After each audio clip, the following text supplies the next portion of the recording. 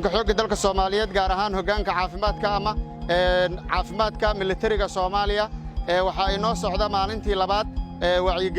wacyigelintaas oo aan shacabka uga digayno khatarta uu leeyahay cudurka coronavirus waxa aan ka samaynaynaa testi ama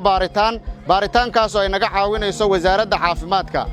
weliba waxaan u samaynaynaa qaab randomly ah bulshada maaragtay si kala fofog ayaan u baaraynaa si aan u xaqiiqsanno statistics ahaan inta maaragtay meesha degan go'aan aan looga gaaro sidaas daraaddeed waan ku guulaysanay maanta